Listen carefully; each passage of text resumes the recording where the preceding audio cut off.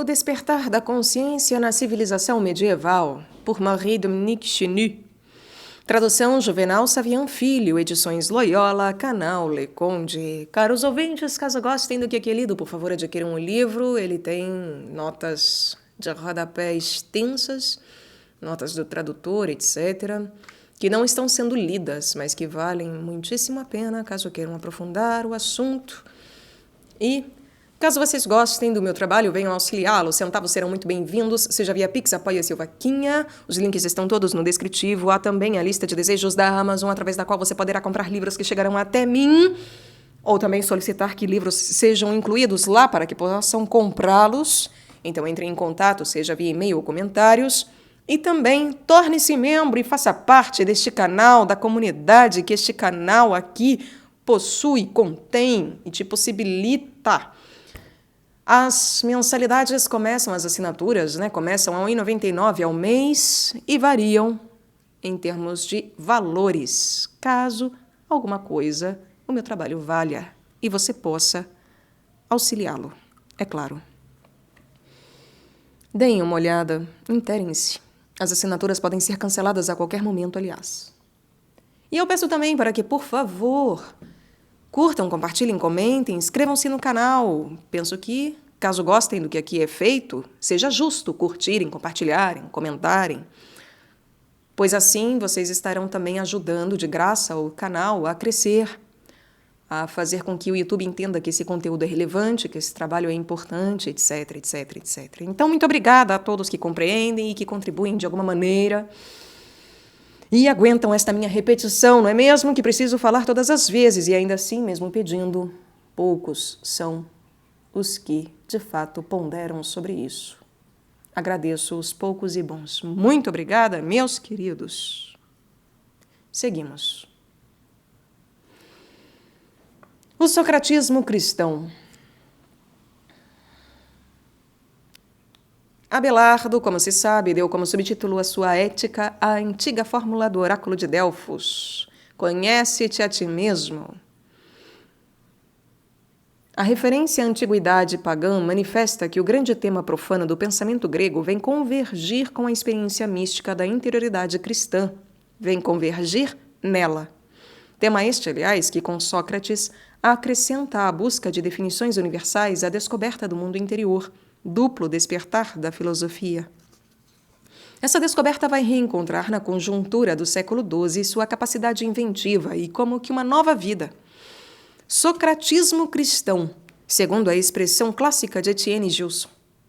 Numerosas referências ilustram a fortuna do oráculo de Apolo em favor da interiorização consciente da vida do espírito. Podemos seguir sua difusão na literatura cisterciense, começando por Guilherme de Saint-Thierry, como na escola abelardiana e entre os vitorinos. Alano de Lille o cita com prazer, a ponto de fazer dele o tema de um de seus sermões, como os cistercienses Garnier de Rochefort e Elinando de Froidmont. Certamente os padres da igreja haviam conservado e divulgado sua fórmula. Guilherme de Saint-Thierry fizera uma compilação de textos de Santo Ambrósio sobre o conhecimento de si mesmo. Mas a revivescência do século XII continua notável, numa experiência renovada. Ela sustentou, além disso, duas espiritualidades díspares. Enquanto em Cister é introduzida para sublinhar a fraqueza que ela revela ao homem, em Abelardo, ela vem confirmar a alta qualidade, em discernimento e em vigor, do consentimento do espírito ao bem, da dignidade do homem. Assim, nesse mesmo filão, vai ser copiosamente explorado o tema, clássico também do Liber Conscientiae, livro da consciência, contraposto ao Liber Naturae, livro da natureza. A consciência está em nós como um livro cuja leitura emana do seu texto mesmo, numa adequada interioridade, assim como na interioridade nos devora de remorso o vermis conscientiae, o verme da consciência. E aí está uma outra riqueza, diferente daquela do Liber Scientiae e também do Liber Experientiae. Comentando o Noce Teipsum, Alano de Lille desenvolve esta trilogia: Liber Scientiae Scriptus est in Codice, Liber Experientiae Scriptus in Corpore, liber conscientiae scriptus est in corde. O livro da ciência escrito no papel, o livro da experiência escrito no corpo e o livro da consciência escrito no coração. E a análise conduzida com uma arte perfeita, muito refinada em seu estilo, é levada a acabamento por essa fórmula perfeita. Qui querit si intra, si fit homo spiritus. O homem que se procura a si mesmo, dentro de si mesmo, torna-se espírito. Subjacente encontra-se o topos neoplatônico da absoluta espiritualidade sem o recurso aos sentidos. Te ipsum spice cogitatem, et in tenebris positus, et clausisti oculos, auris obiturasti, nihil fragrati naribus, nihil sapiti palato, nihil tactus operatur. Mira-te a ti mesmo como pensante, este posto nas trevas, fechaste os olhos, tapaste os ouvidos, nada recende as tuas narinas, nada experimenta o paladar, nada faz o tato. Esta suprema exigência, assim definida por Euripides de Rivaux, não deixa de lembrar a famosa imagem do homem alado suspenso no ar que propõe Avicena, no início do seu De Anima, para provar que a consciência de si não tem necessidade dos sentidos. Será nessa linha que tomarão significação e valor os pequenos tratados de consciência, que se multiplicarão, então, tanto nos meios monásticos como nas escolas urbanas. Sob essa luz, a literatura pastoral daquele tempo desperta interesse, contra a banalidade de uma primeira leitura, tanto como a avaliação das práticas religiosas e a sensibilidade às condições sociais da vida. Essa educação da consciência e das consciências é observável por muitos traços, que se podem destacar, por exemplo, nas duas obras apresentadas de Pedro, o Cantor, falecido em 1197, que intitula sua obra Os Sacramentos e os Conselhos da Alma, De Sacramentis et Anime Conciliis, e de Roberto de Courson. A adaptação do exame de consciência não somente à personalidade de cada um, mas aos diversos estados de vida e profissões, representa um esforço notável de interiorização, inclusive na maneira de julgar as funções da vida social, na objetividade das relações humanas transformadas pela nova sociedade comerciante. Alano de Lille, em sua Ars Predicandi, Arte de Pregar, propõe modelos diversos para os cavaleiros, os advogados, os príncipes, os juízes, as pessoas casadas, as viúvas, as virgens. E Tomás de Chobham, mestre em teologia de Paris, em seu Liber Penitentialis, enumera os ofícios cujo exercício apresenta ocasiões de falta. Pugilaris, mercenarii, magistri, sacerdotes vel alii clerici, mercatores, iudices, medici. Mensageiros, mercenários, mestres, sacerdotes ou outros clérigos, mercadores, juízes, médicos.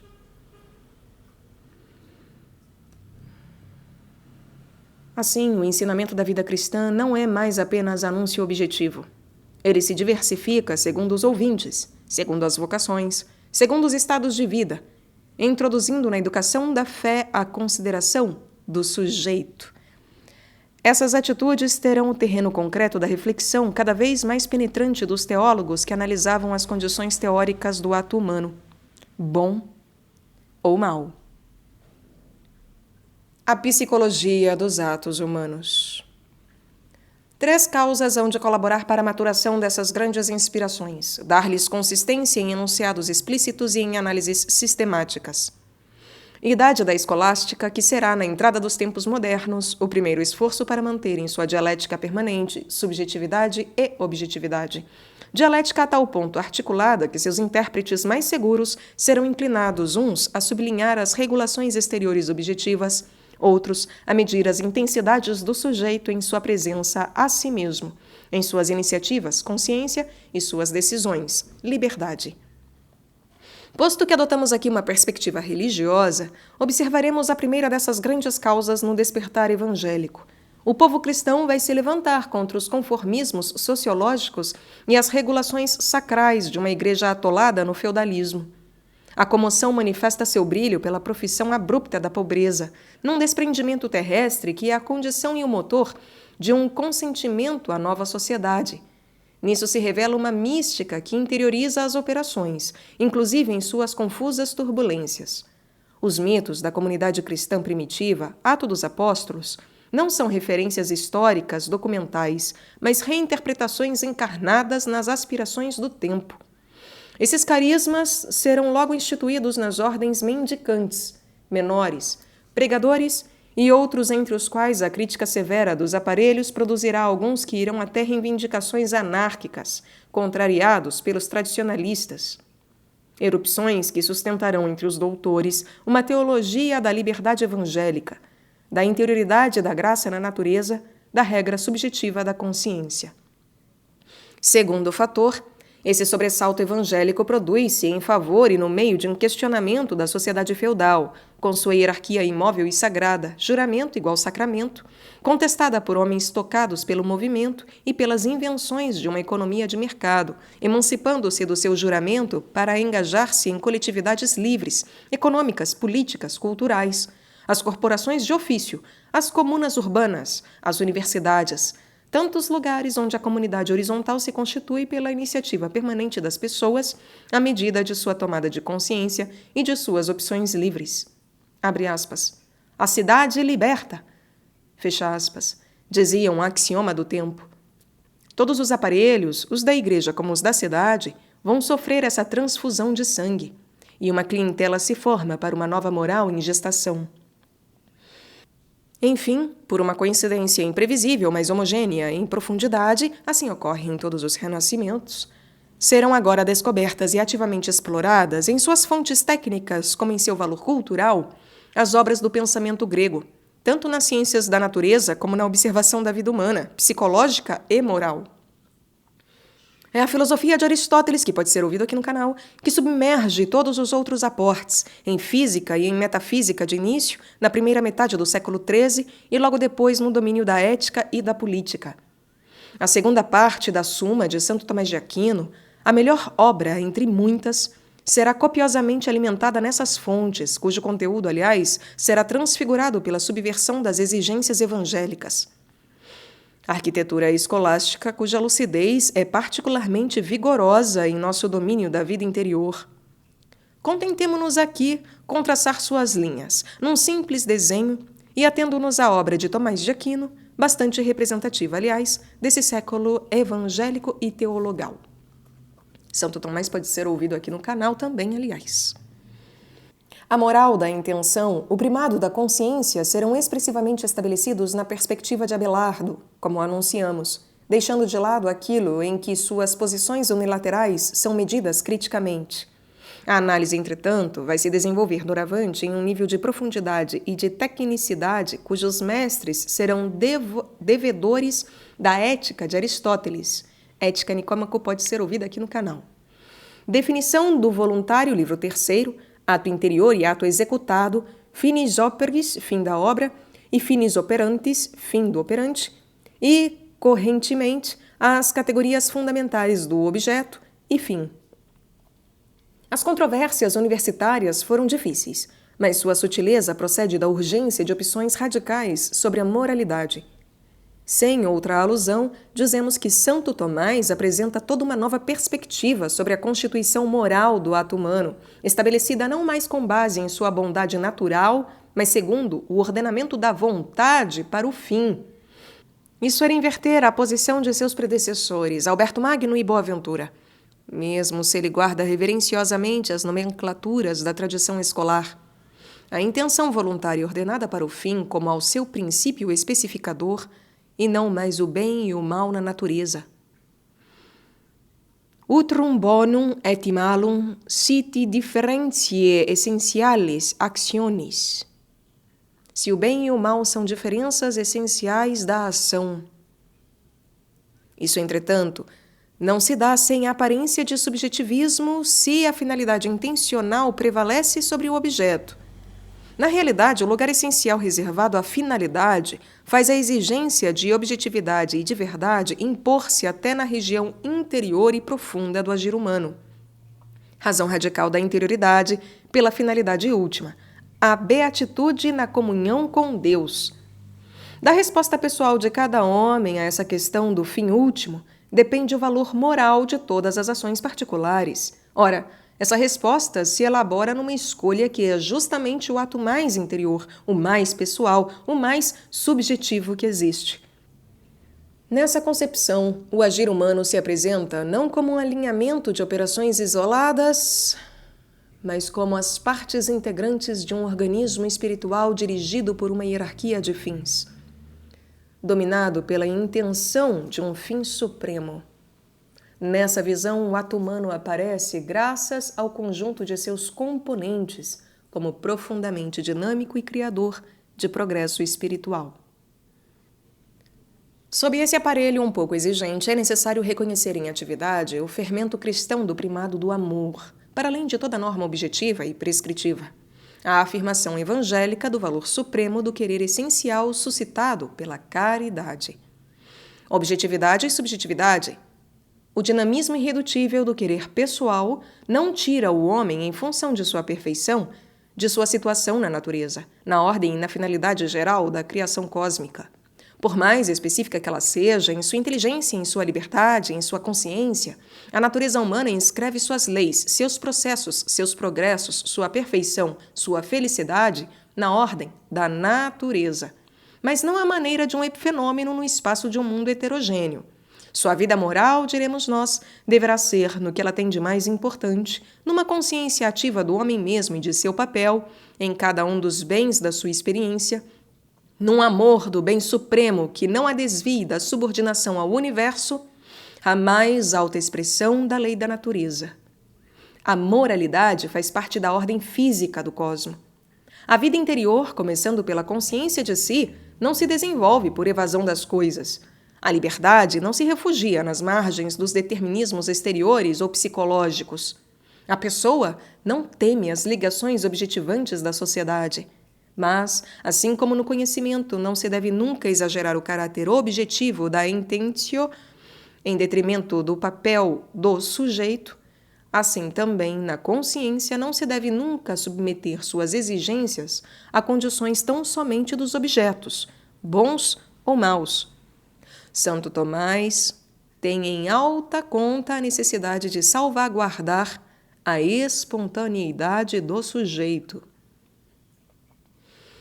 A mesma análise técnica e sistemática foi feita pelos mesmos mestres do século XIII sobre a razão, as estruturas e as leis da consciência e já sobre a densidade complexa do termo, tanto como realidade psicológica, como enquanto norma da moralidade.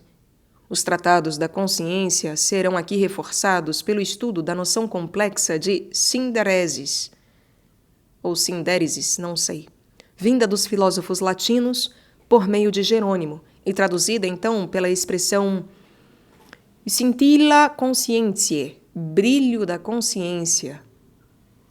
A primeira utilização do termo encontra-se num comentário das sentenças de Pedro Lombardo, de cerca de 1160 a 1165, mas a elaboração não se fará senão no século XIII. Para dar razão da interioridade e da intensidade da consciência, recorreu-se às categorias gerais de hábitos, de inatismo, de razão prática, de primeiros princípios. Quanto à consciência moral, todos estão de acordo sobre o princípio de que ela obriga, mas a partir do momento que intervém a referência à lei exterior objetiva, as soluções divergem, sobretudo para a consciência errônea. A escola franciscana considera que essa consciência não deve ser seguida, porque prevalece o respeito devido à lei divina, manifestada pela ordem essencial das coisas. Santo Tomás, como vimos, sustenta o contrário.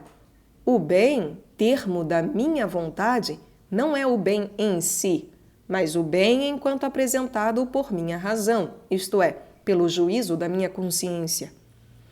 Tal é a dignidade do sujeito, pessoa e liberdade.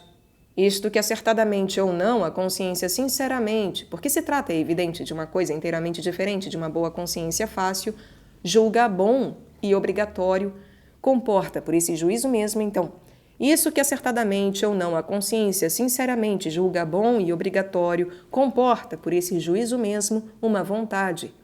Se, portanto, a vontade descarta, ainda que por respeito ao legislador, isso que a consciência julga um bem obrigatório, tem-se aí uma fuga do bem e, portanto, um mal moral. Eu peco, portanto, agindo sempre contra a minha consciência. Segui-la contra a lei não é um mal menor, mas subjetivamente um bem. Essa interioridade e esse absoluto, essa imanência inviolável, são excelentemente ilustrados pela doutrina de Santo Tomás sobre o primeiríssimo despertar da consciência moral na criança, mas também em todo ato livre primeiro, quer dizer, abre aspas, um ato cuja profundidade desce até as fontes de minha vida moral, onde o eu se toma a si mesmo nas mãos para se projetar num feixe de atos ulteriores, cujo prosseguimento poderá ser indefinido. Um tal ato pode ter sido precedido de muitos outros. Moralmente, ele é um começo absoluto. Fecha aspas. Em seu valor intencional, a operação comporta opções obscuras e rudimentares, mas decisivas, opções referentes à distinção do bem e do mal, ao indeclinável imperativo da ordem nela inscrita, a referência implícita a um bem supremo, que é Deus. Trama fundamental e primordial, anterior ao despontar da consciência, sem retorno do espírito sobre si mesmo e, portanto, também inexprimível. Mas tal desfecho não deve dissimular a intensidade secreta dessas intuições, nem a presença dessas intencionalidades, mistério da natureza humana, no qual o teólogo discerne uma capacidade, e já uma presença, da graça de Cristo. É até lá, até nesse ato de nascimento, que se deveria ir medir a voz da consciência, sua inviolável dignidade, sua dialética imanente. Periodicamente, a emergência de novas civilizações em favor de suas descobertas do homem, certas gerações parecem ter experimentado esse despertar que em seguida os mestres do pensamento conceitualizarão. Uma vez que ela se exerce e se cultiva em nossas condutas psicológicas e morais, a consciência se manifesta no campo de todas as virtudes, mas se manifesta expressamente nas articulações da suprema virtude moral, a prudência, que comanda todas as outras. Consciência, prudência. A conexão desses dois conceitos é significativa a partir do momento em que a palavra prudência é empregada no sentido forte, hoje desvalorizado, que lhe deram os mestres filosóficos e teológicos e teólogos, precisamente no curso da evolução doutrinal que aqui evocamos.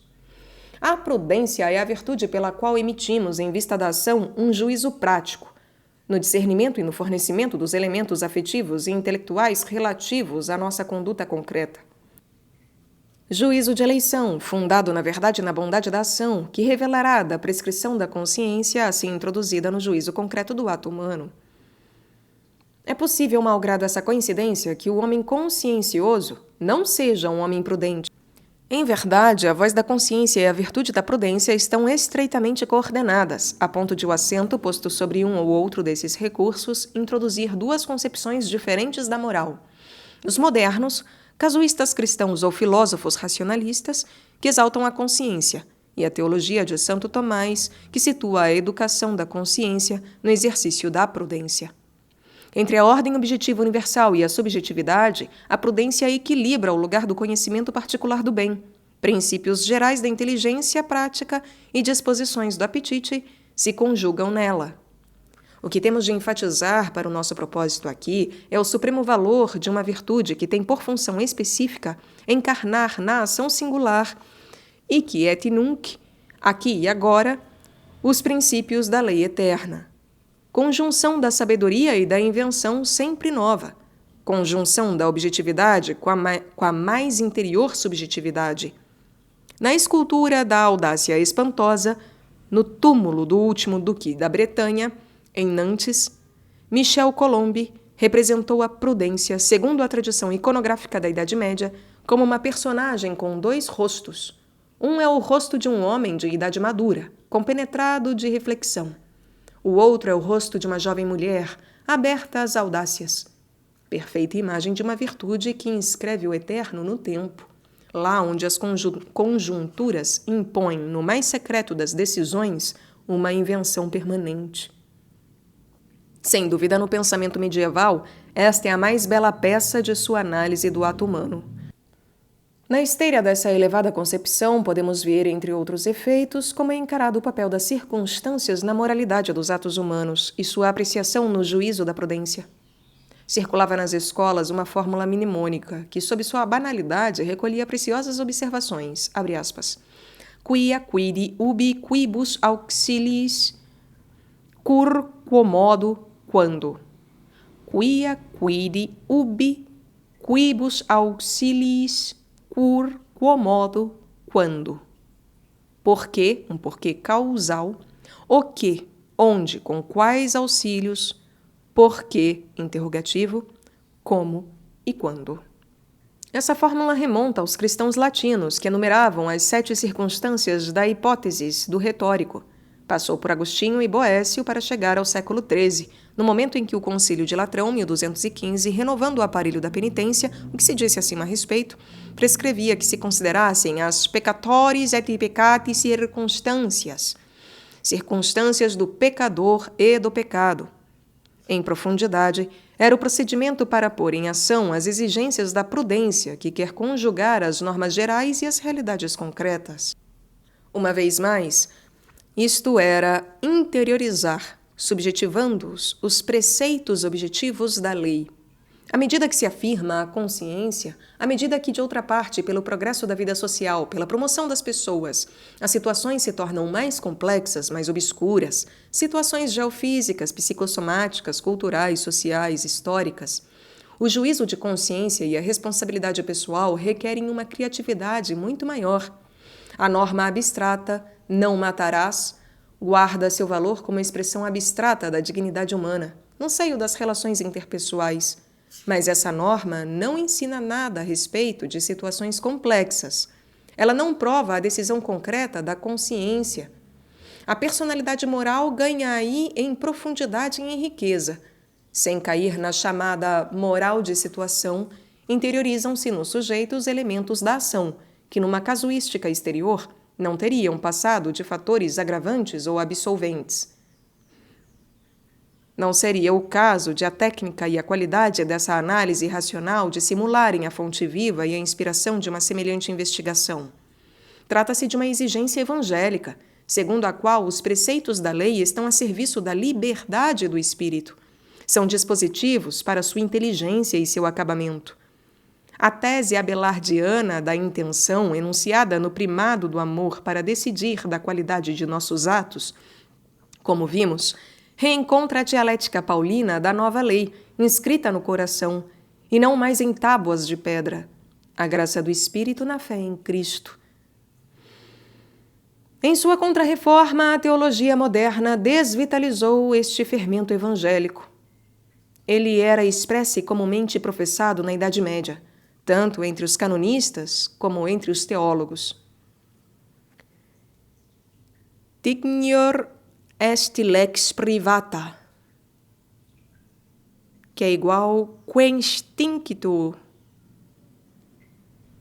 Spiritu Sancte incorde scribitur, quam publica igual lex canonum. A lei privada é igual que se inscreve no coração por impulso do Espírito Santo. Então, a lei privada é mais digna do que a lei pública, que é igual à lei dos cânones. Dignor est lex privata, quem stinctu Spiritus Sancti incorde scribitur, quam publica, lex canonum. É o axioma atribuído a Urbano II por Graciano. Entre os teólogos, basta citar o artigo da Suma sobre a nova lei, na qual toda obrigação é transubstanciada pela caridade. É aí, em última instância, que se fundam os direitos da consciência, a dignidade da pessoa humana. O assentimento da fé. Se há um domínio no qual a consciência tem seus direitos, não somente numa liberdade de consciência jurídica, mas no mais íntimo do coração, este é, sem dúvida, o domínio teologal da fé. Ato de comunhão com a palavra de Deus, na liberdade do amor, na liberdade do espírito. Numa humanidade cristã em que a consciência se afirma num novo despertar em favor dos contextos exteriores e interiores, a teologia da fé tende a observar e a situar o papel do sujeito em sua crença. Não nos surpreendemos, portanto, que Abelardo seja, uma vez mais, um bom testemunho para essa observação e essa análise. Est quipe fides existimatio rerum non apparentium. Hoc est sensibus corporis non subjacentium. A fé é, pois, a consideração de coisas não visíveis, isto é, de coisas não confrontáveis aos sentidos do corpo. Assim, Abelardo, no início da sua Introductio ad Theologiam, glosa a definição escriturística da fé, tal como se encontra em Hebreus, capítulo 11, versículo 1. Fide est argumentum, non apparentium. A fé é a certeza daquilo que não se vê. Fide est argumentum, non apparentium. A fé é a certeza daquilo que não se vê. Sabe-se que oposição viva essa definição da fé por uma existimatio provoca. Guilherme de Saint-Thierry acusou Abelardo de subjetivismo, porque a existimatio implica a possibilidade da dúvida. Trata-se, segundo o ceticismo dos acadêmicos, de uma opinião passível de discussão, de disputa, a qual efetivamente Abelardo se entregava. Para o cisterciense, a fé se caracteriza pela certeza absoluta, uma certeza que emana do seu objeto, como plena ciência e alegre consciência. Reconhece-se aí uma oposição de espírito que em todo o tempo determinou duas famílias de espíritos entre os crentes. Mais do que esse diagnóstico geral, é, porém, a posição real de Abelardo que está em causa. Os historiadores hoje estão de acordo para desculpá-lo de subjetivismo. Antes mesmo de recorrer ao conjunto de sua teologia, o vocabulário por si só já determina, com o mais sólido argumento contra a tradução pejorativa de Guilherme de Saint-Thierry, a exata operação pela qual Abelardo define a qualidade subjetiva da fé. Existimatio. O termo revela o vocabulário clássico da prática das disciplinas do trivium. Segundo os métodos da retórica, que faz da crença o efeito de um argumento, a palavra de Hebreus capítulo 11, crer é ter uma certa atitude de espírito, atitude de auditor, ouvinte, um dos dois atores da disputa dialética com respeito às proposições que se submetem ao seu acordo. A fé está ligada à persuasão e, portanto, à probatio, prova. Não que a fé seja provada, ao contrário, ela é a prova que há coisas que não aparecem. A existimatio da fé implica uma tomada de posição em face da realidade. É pela atitude mental do sujeito crente que Abelardo define a fé, inclusive em vista do questionamento que comporta a sua inteligência, uma vez que o espírito deu seu consentimento e a título mesmo de seu consentimento. Os ataques dos cistercienses contra Abelardo e seu objetivismo dogmático não devem mascarar a copiosa inteligência que eles mesmos constataram e descreveram por e em sua experiência subjetiva da fé. A palavra mesma, corrente em sua pena, experiência, experiri, traduz claramente o papel do sujeito, de sua afetividade, de suas emoções, de seus estados pessoais no conhecimento da fé. Odie legittimus in libro experientiae, unci proprium experimentum aude expertum. Hoje lemos no livro da experiência esse próprio experimento. Houve quem experimentou. Diz São Bernardo, e de Guilherme de Saint-Thierry se conhecem as fervorosas descrições da interferência dos processos afetivos e dos processos cognitivos no conhecimento transformante. Quanto aos mestres escolásticos do século XIII, toda a sua teologia da fé, sem prejuízo de sua objetividade, encontra seu eixo na análise psicológica do espírito, quer se trate do assentimento inicial ou da formulação dogmática, da inteligência científica, da alta percepção mística. É cada um dos capítulos de suas sumas que seria necessário ler um por um. Todos os traços desse conhecimento divino são radicalmente condicionados pelas estruturas do espírito, inteligência e querer, e também sensibilidade e imaginação, liberdade em definitivo nesse espírito em que ela se encarna. Perfeita interioridade, diante da qual certas teologias recentes estarão em atraso, inclusive no vocabulário. Santo Tomás de Aquino funda suas análises no princípio geral da subjetividade de todo o conhecimento, princípio ao qual o conhecimento de Deus não pode escapar. Cognita sunt incognoscentes secundum modum cognoscentes. Cognoscentes. Cognita sunt incognoscenti secundum modum cognoscentes. O que se conhece está no cognoscente segundo o modo do cognoscente. Suma Teológica. A apreensão do crente terá, pois, desse ponto de vista, o mesmo contorno psicológico, as mesmas modalidades, os mesmos desenvolvimentos, as mesmas fraquezas, à parte a possibilidade de errar, que todo juízo humano. A luz da fé não modificará nosso mecanismo conceitual, nossos procedimentos de elaboração, de penetração. E a fórmula dogmática, vindo precisar a expressão do dado revelado, será como todo enunciado humano, laboriosamente obtida por múltiplas composições e divisões, por análises incessantemente retomadas, por longas e pacientes aproximações. Assim, nesses traços humanos, a fé solidária da humanidade na qual ela se exprime, submete-se aos despertares do espírito, aos sobressaltos das consciências, às conversões pessoais, às diversidades irredutíveis das culturas, aos ritmos das civilizações. O amor cortês. Não será sem prazer que evocarei, mesmo que sumariamente, uma última zona psicológica e espiritual do despertar da consciência e da experiência capital da interioridade. Queria situar no conjunto cultural do século XII a riqueza inteiramente nova do amor cortês. Importa, entretanto, para o nosso propósito, não o especializar em seu comportamento próprio. Sua manifestação, grande evento da história social e cultural do Ocidente medieval, não pode ser separada da consciência geral dos valores do amor, que é, evidentemente, por excelência, o lugar da interioridade, da pessoa, da liberdade. Penso, em particular, nas experiências e nas análises desse tempo sobre a amizade, que, sob a referência a Cícero, serão integradas à teologia do amor divino.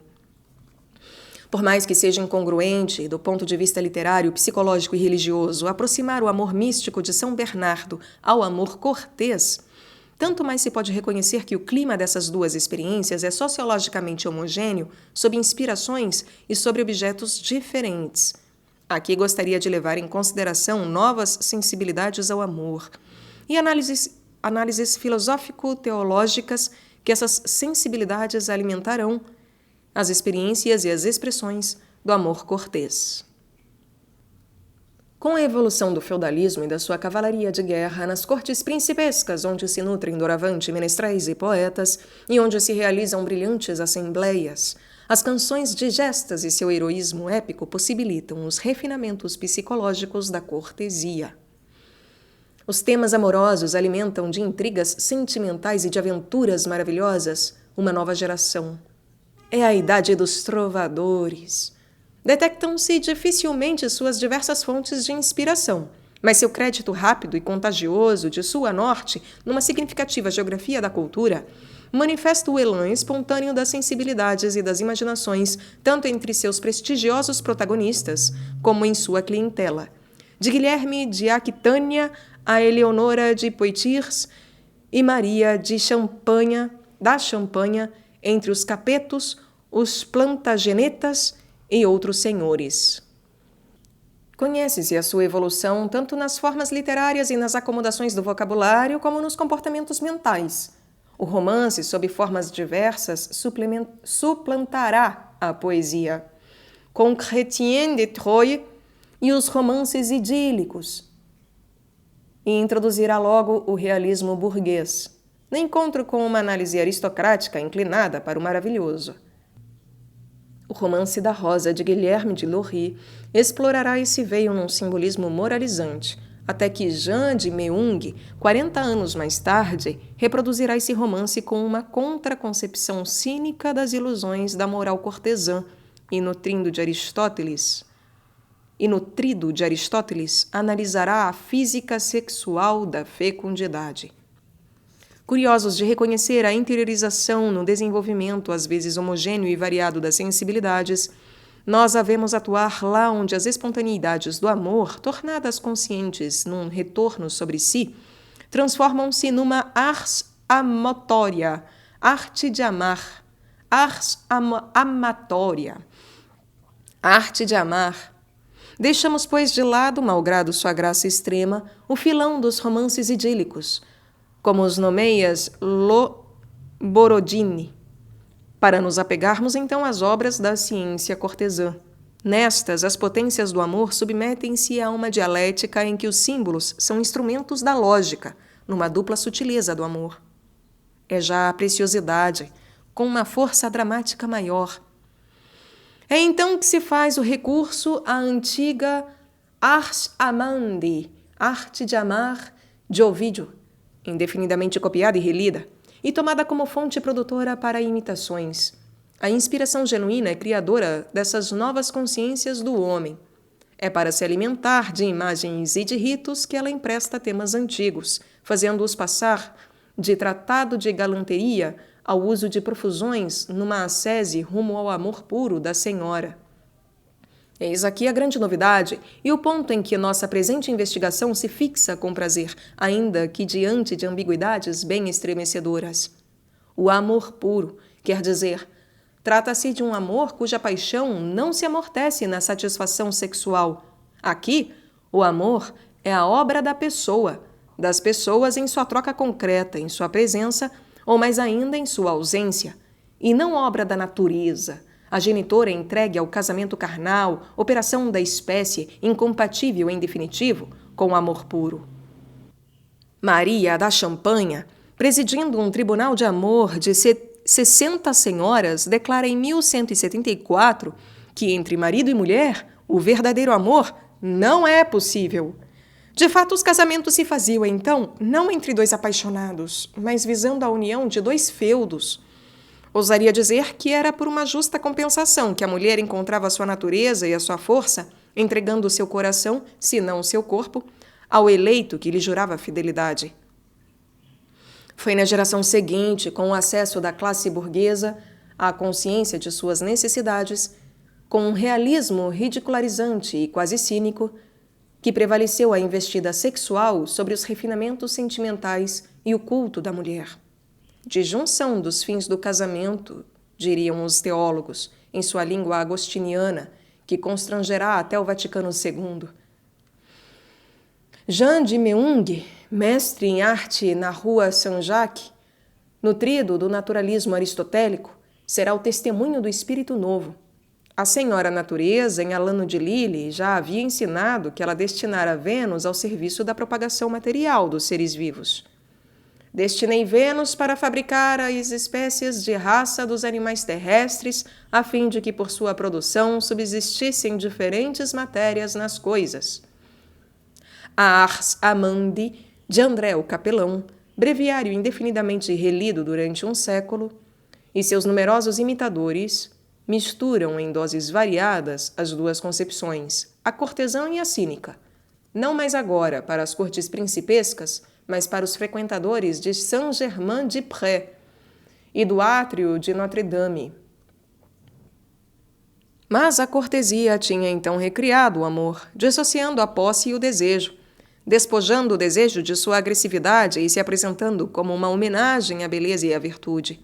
A dialética dos símbolos chegava a exprimir o inextricável labirinto, como diz ainda a senhora natureza de Alano de Lille, e a determinar os jogos desse longo aprendizado, cuja ascese preparava um desabrochar místico, a mística do amor profano, como diz Borodini.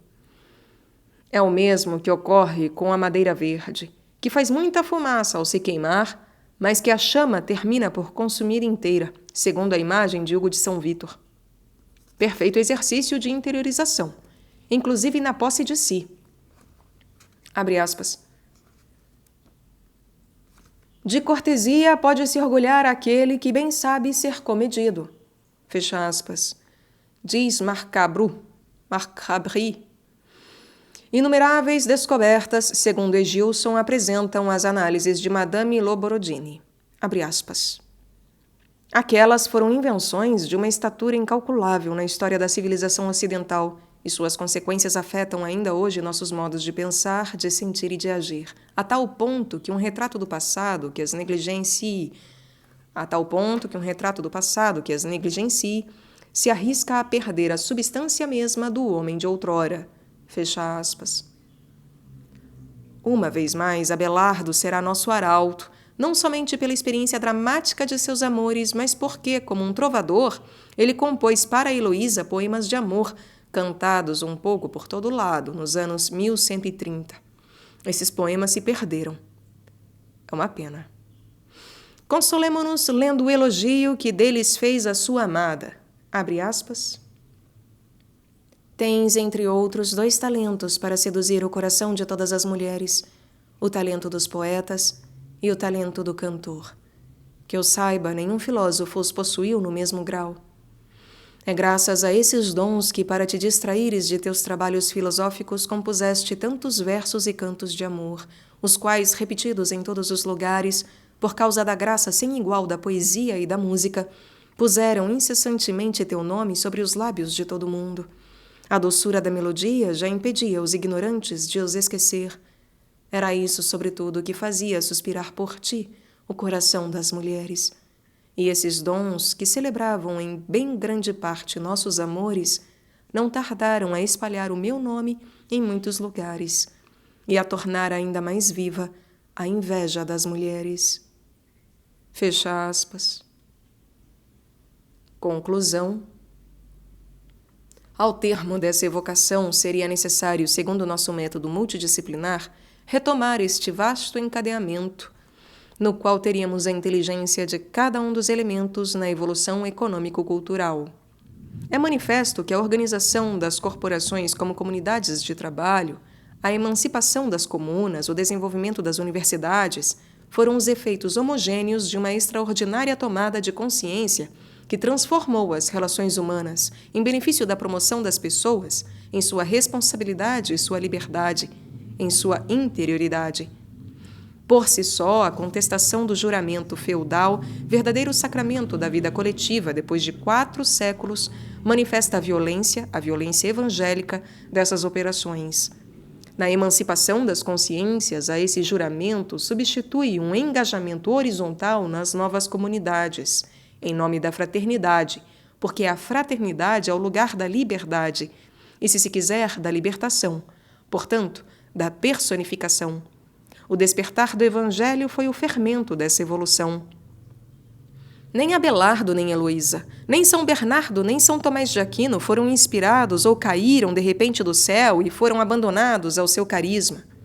Eles foram tocados pelos condicionamentos socioculturais que os envolviam de todos os lados e os produziram. Mas, longe de reduzir sua inspiração, seu gênio, seu carisma, esses condicionamentos foram o terreno de sua gênese, de sua fecundidade. O despertar da consciência na civilização ocidental da qual nós somos os herdeiros, inclusive nos problemas mais atuais, foi o efeito dessa admirável convergência de fenômenos de civilização em espíritos elevados e amantes espirituais que o fizeram acontecer numa história bastante extensa.